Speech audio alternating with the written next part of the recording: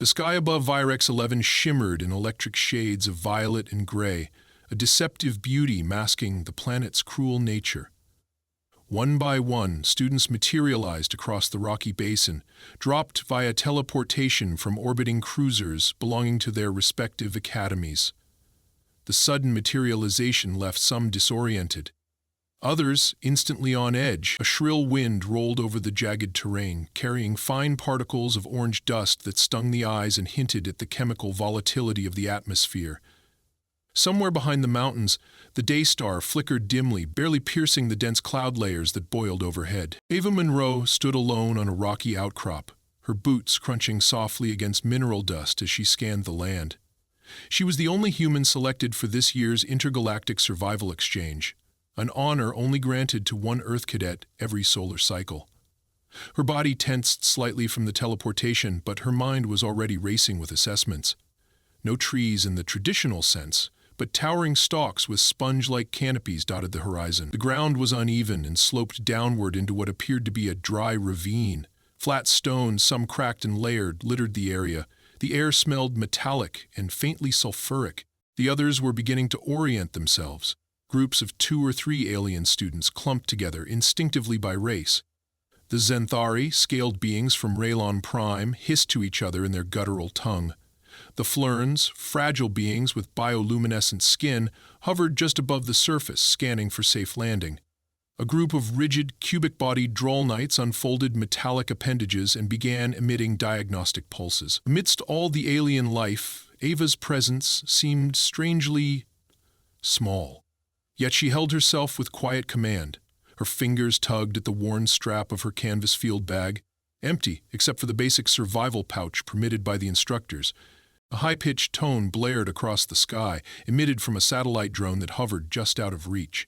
Then the professor's voice came, simultaneously translated into each student's native language. You have been placed in Zone X-17 of Virex 11. The storm cycle begins in 12 local hours. Acid rain, electrical surges, and wind events are expected. Objective: construct sustainable, non-technological shelter before. You may not share materials, tools, or designs. Observation has commenced. As the drone zipped away, Ava sighed. She had studied Virex 11's patterns during the selection process. 12 hours was not much time, especially on a planet with unstable weather fronts. Acid rain here wasn't a metaphor, it was literal. Chemical burns, gear corrosion, soft tissue degradation. Most alien species relied on environmental shielding or symbiotic tech, but that was forbidden during the trial. The others didn't seem to understand that yet. Some groups began wandering off in search of what they called structural mass. The Flurns floated toward a shimmering quartz formation, hoping to mold something from its surface. The Droll Knights argued about geological stability. The Zenthari dug shallow holes with their claws, seemingly intent on burrowing. But Ava had no intention of joining them. She walked calmly down the ridge and into the basin, scanning the environment like a tracker. Her eyes picked out key materials, the fibrous vines dangling from tall stalks, flat mineral plates thin enough to lift, and strange foam-like growths that formed naturally at the base of hollow tree shapes. She crouched and tested the vines, surprisingly strong, tensile and not sticky. She sliced one with the sharp edge of a rope and coiled it like rope. Next, she tested the sponge foam. It compressed easily under pressure and rebounded after several seconds.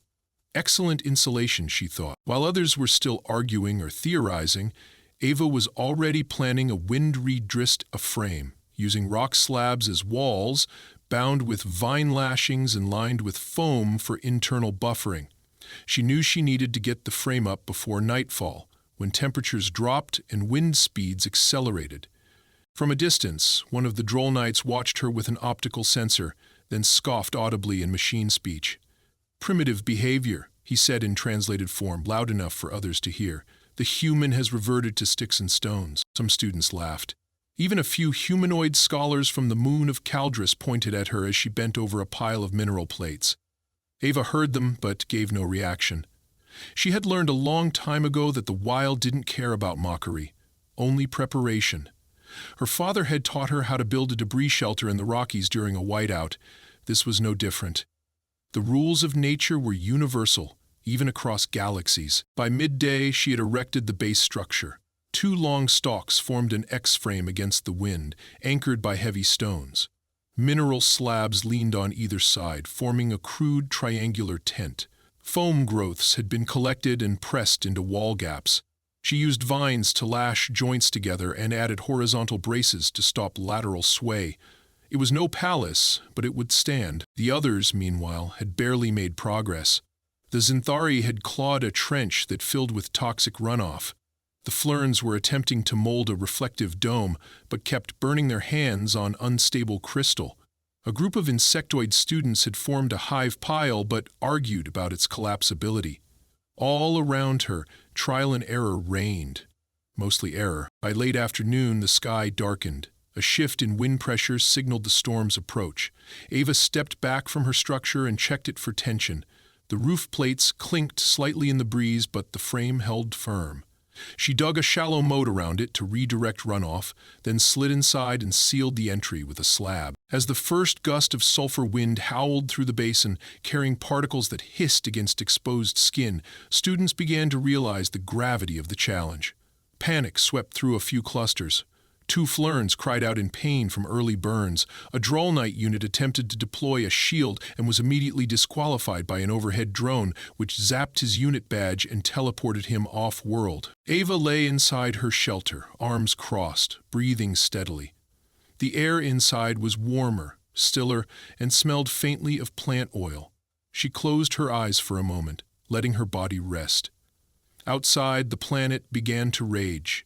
Inside, the human was ready. The first strike of acid rain landed with a sizzle against the mineral plates, followed by a sharp hiss that rolled across the surface like a warning. Ava blinked in the darkness of her shelter as the sounds intensified.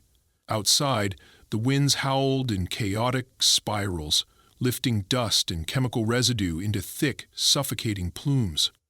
Her shelter shuddered once, but the bindings held. She adjusted her position slightly, feeling the heat from her breath reflect back onto her face from the foam-lined interior. The faint scent of damp vegetation clung to the air. She had made it in time. Ava reached into her coat pocket and pulled out a small strip of ration gum, a tasteless but calorie-dense survival chew she'd been issued. She bit down and closed her eyes, focusing on the vibrations that trembled through the frame of her structure. Rain slapped at the mineral roof like claws. Somewhere nearby, she heard someone scream. The sound was sharp, desperate, and cut off quickly. Ava did not move. The storm had only just begun. Outside her shelter, chaos unfolded. The Flurns, glowing bodies now dim under the acidic onslaught, tried to huddle under a translucent sheet of repurposed leaf matter. The acid had already begun eating through it. One of them bolted in blind panic, only to slip and fall into a shallow ravine where chemical runoff surged like a muddy river. Another followed, only to vanish from sight as a gust of wind picked him off the ground and hurled him into the air. Neither returned. Not far from them, the Xanthari attempted to reinforce their trench with slabs of broken crystal, but the unstable material snapped and released vaporous bursts of noxious gas. The largest among them, a warrior cadet named Krar, roared in frustration and clawed at the ground until his talons bled.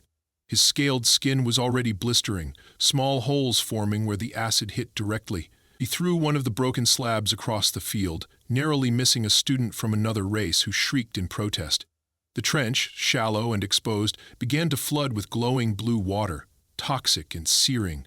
One by one, the Xanthari were forced to retreat from their own construction. On the far side of the basin, a Drollknight had constructed a vertical scaffold made from assembled rods of lightweight metal mined from a previous exercise.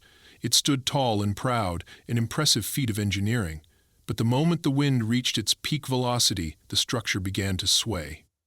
The bindings, designed for tension in gravity-stable environments, weren't meant for horizontal shock. With a groan of metal, the entire shelter collapsed in on itself, burying the builder in a shallow grave of his own making.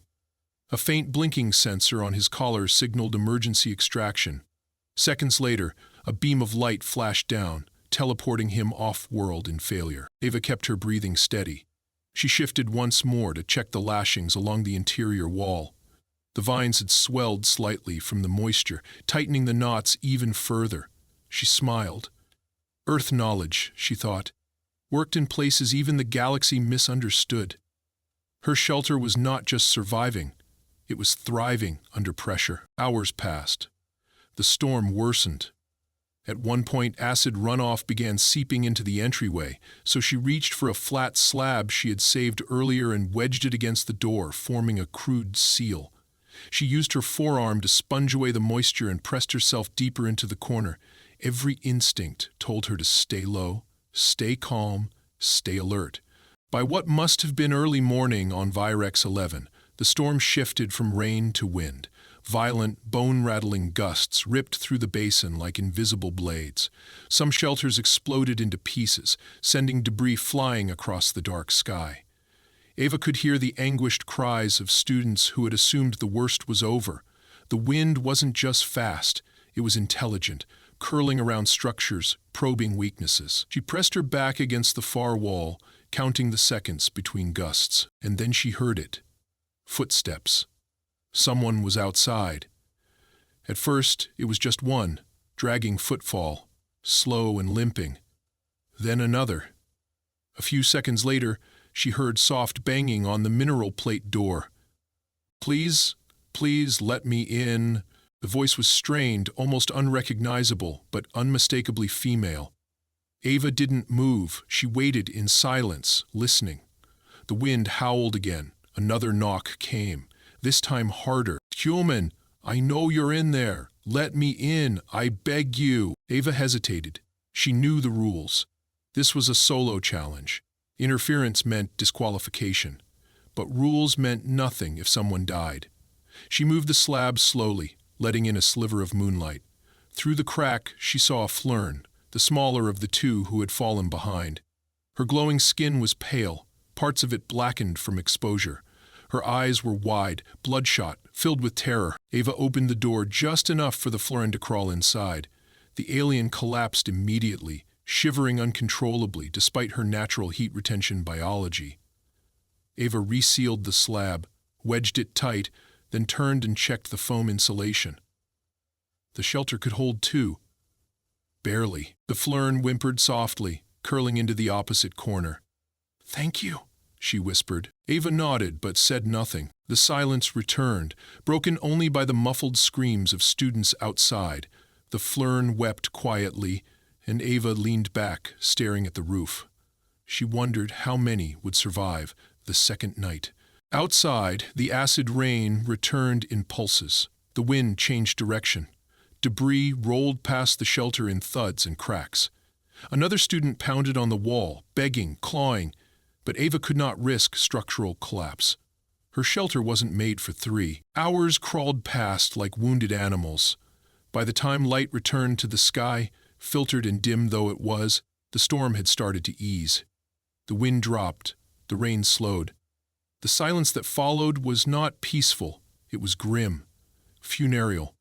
The ground was littered with the remains of half-built shelters, scorched clothing, twisted limbs of structures and students alike. Ava did not move. She waited, she watched, she listened, and she knew this was far from over. When the winds finally died and the last drops of acid rain hissed into silence, Ava sat motionless inside the shelter, listening.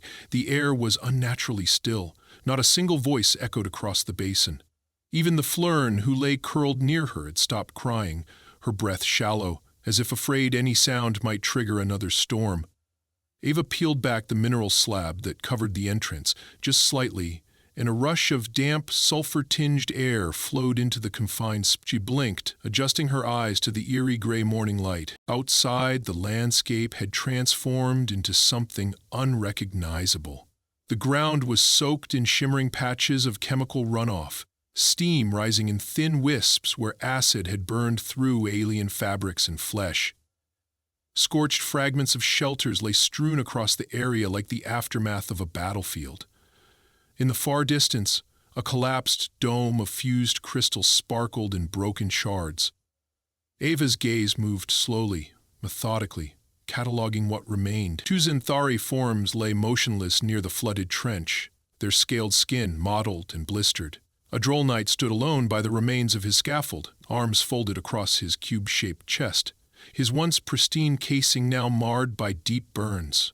A few others wandered aimlessly, dazed, burned or limping. The survivors, Ava stepped out. Her boots sank slightly into the softened terrain. The wind was gone, but the silence was heavy, almost accusatory. The others noticed her the moment she emerged. The droll knight turned first, his glowing ocular node narrowing in calculation. Then one of the humanoid cadets, a tall, golden-skinned being from the planet Ixaris, stepped closer, his tone brittle. "You had shelter," he said. "You knew this was coming. You built that thing and said nothing." Ava kept her voice calm. "Everyone received the same instructions. I just prepared differently." The Ixari's eyes flashed. "You let us suffer. You could have told us how to build it. You could have helped." She met his gaze evenly. "And you would have listened?" He didn't reply. A second voice cut in, quieter but no less pointed. The Flurn, now outside and sitting weakly near the structure, spoke up. "She let me in. She saved me. That's more than anyone else did." Ixari turned away, but tension hung in the air like smoke. Ava knew what was coming. The desperation in their faces had shifted.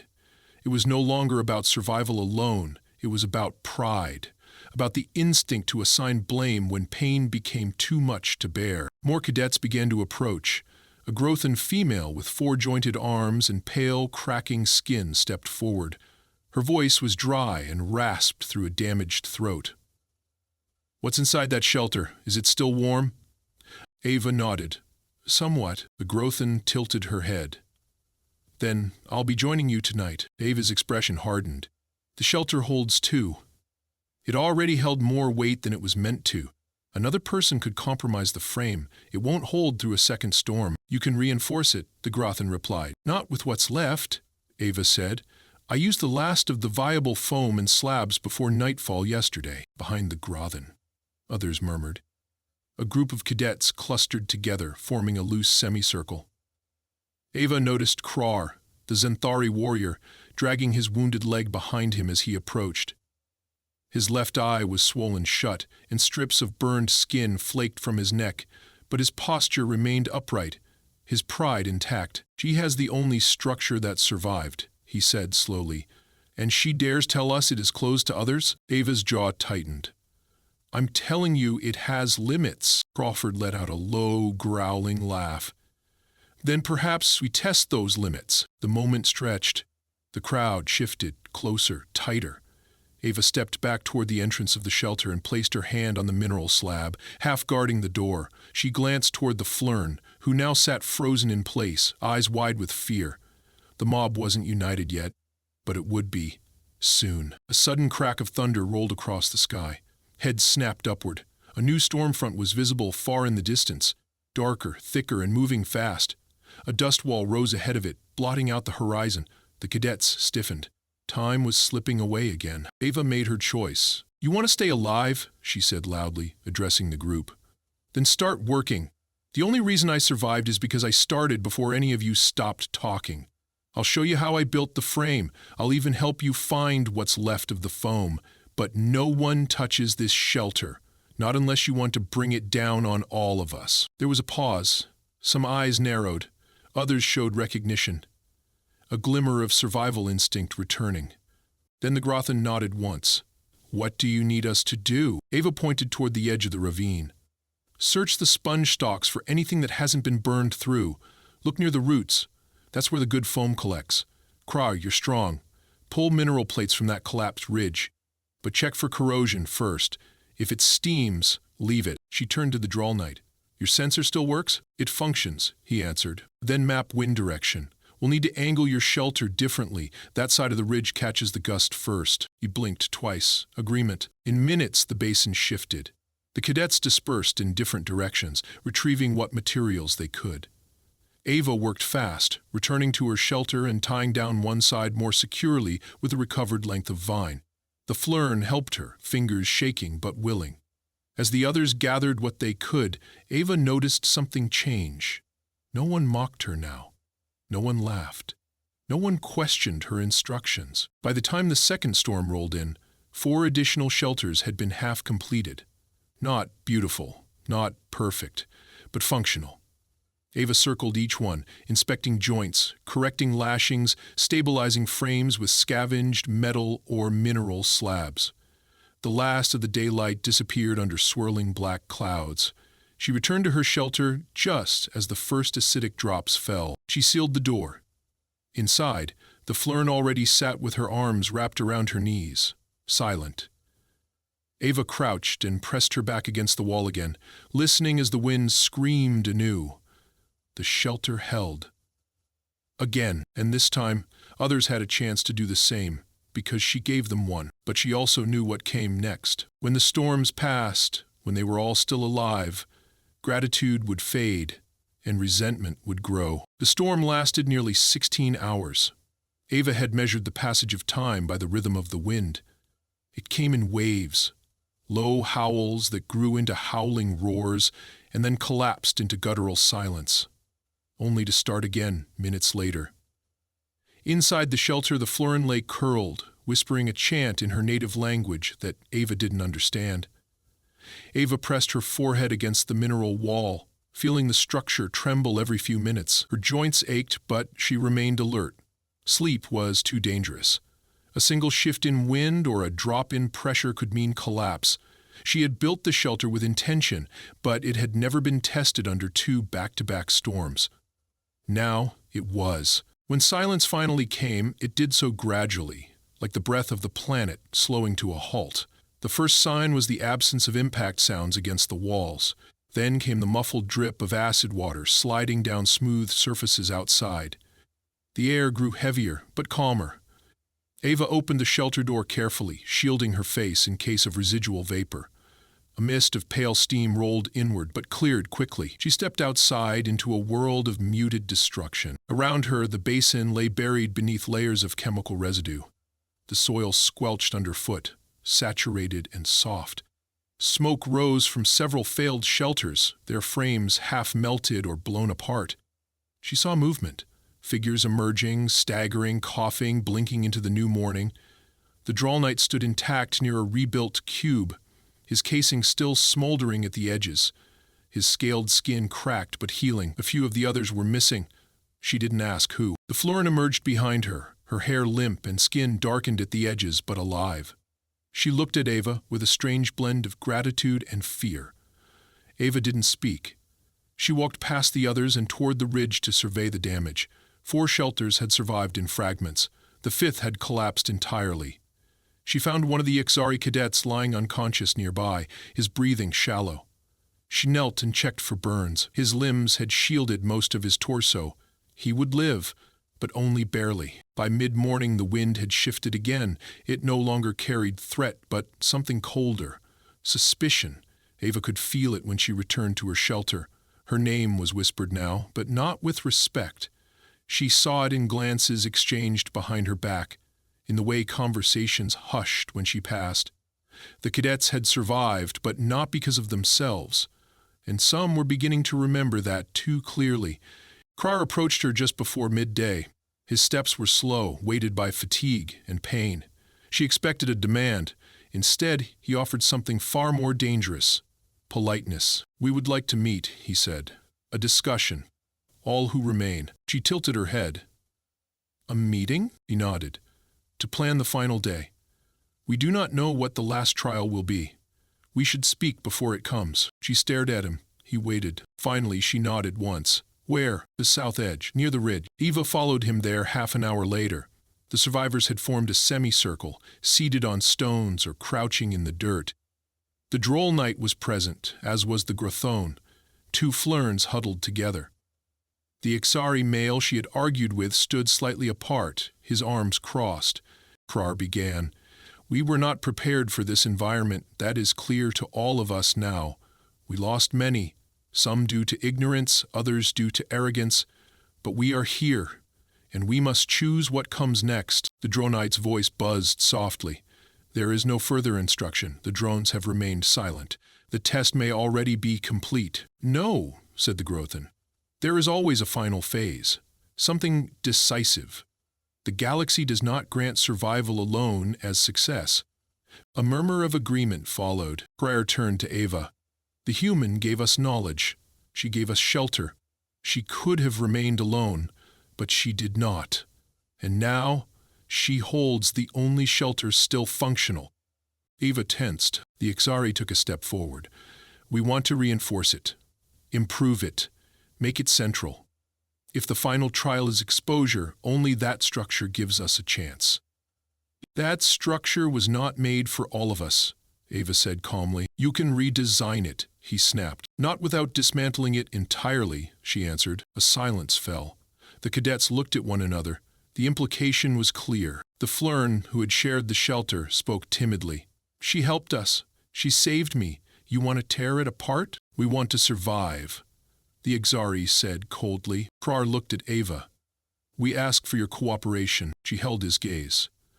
And if I refuse? Krar didn't blink. Then the decision will be made without you. Ava stood still, feeling the weight of every eye on her. Her shelter was more than a structure. It was the symbol of who had been right when others had failed. And that, she knew, was intolerable to those who couldn't bear their own mistakes. She nodded once. You have your meeting, but the shelter stays as it is. You want something better? Build it. Use what I taught. You have the knowledge now. The Ixari's jaw clenched. She thinks she still leads. I never led, Ava said. I just stayed alive. She turned and walked away. No one followed. Behind her, the voices grew louder. That night, the sky was quiet, but tension hung in the air like smoke before a lightning strike. Ava slept with one eye open, a stone blade in her hand. She knew the storm that mattered now wasn't the one that came from the sky.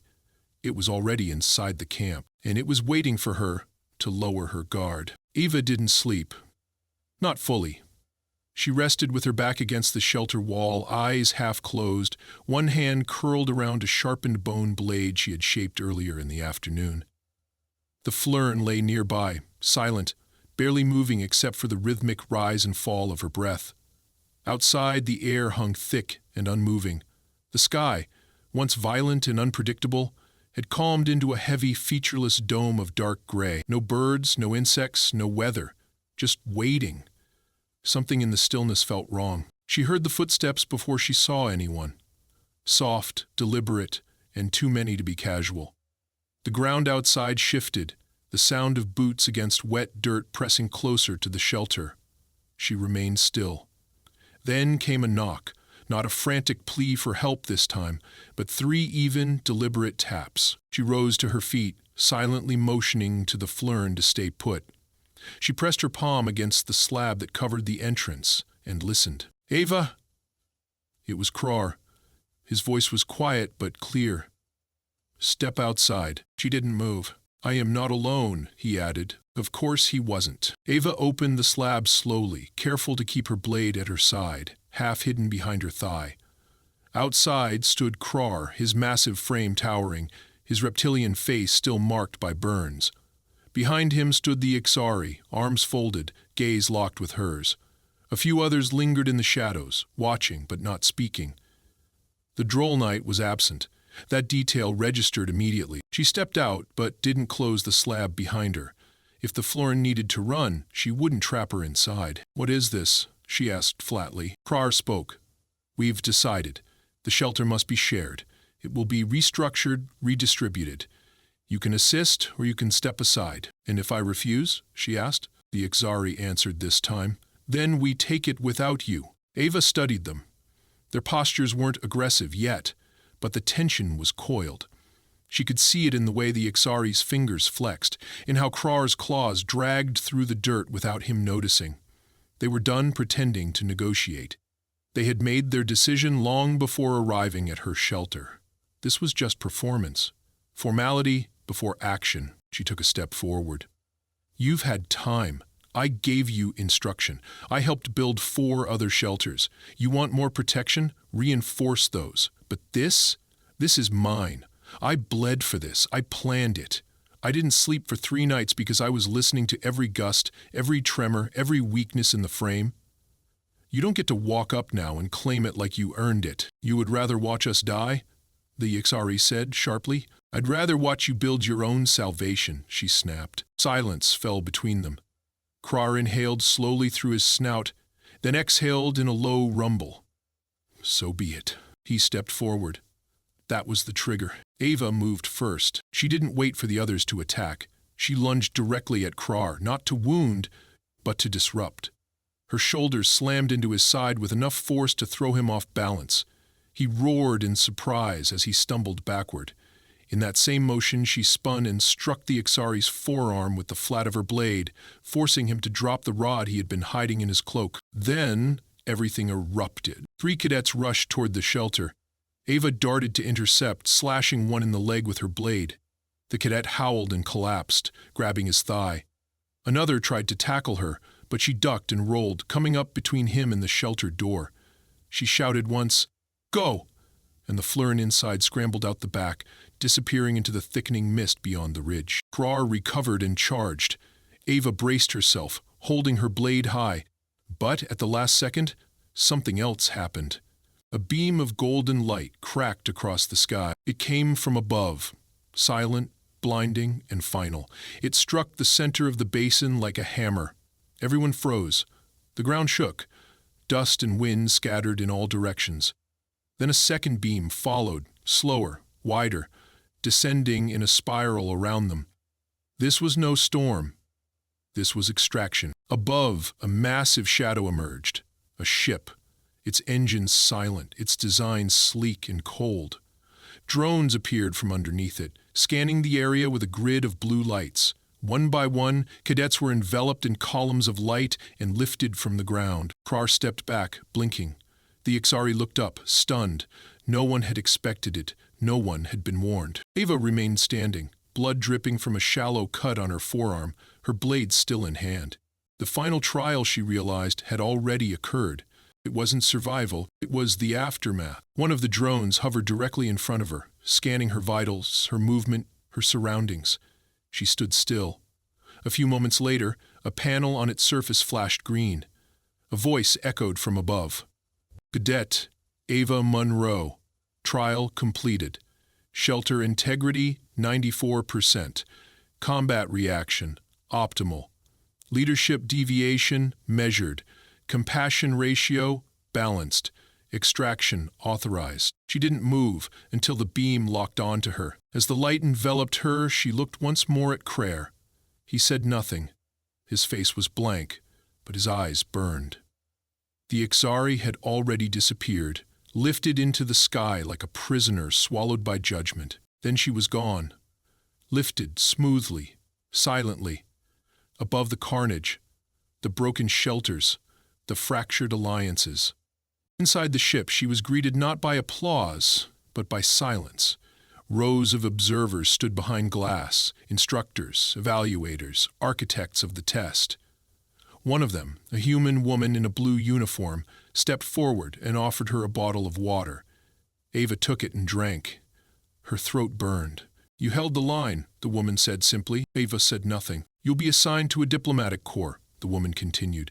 "You'll be the only human in a 5-member coalition. That trial?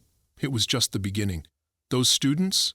They weren't your enemies. They were your future allies." Ava lowered the bottle. Her voice was hoarse. "Then they'd better learn to build their own shelters." The woman smiled faintly. Outside the window, Virix 11 grew smaller, shrinking into a storm-shrouded dot as the ship pulled away.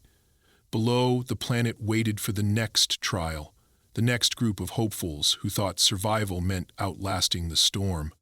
Ava now knew the truth. The real test came after the skies cleared, and she had passed.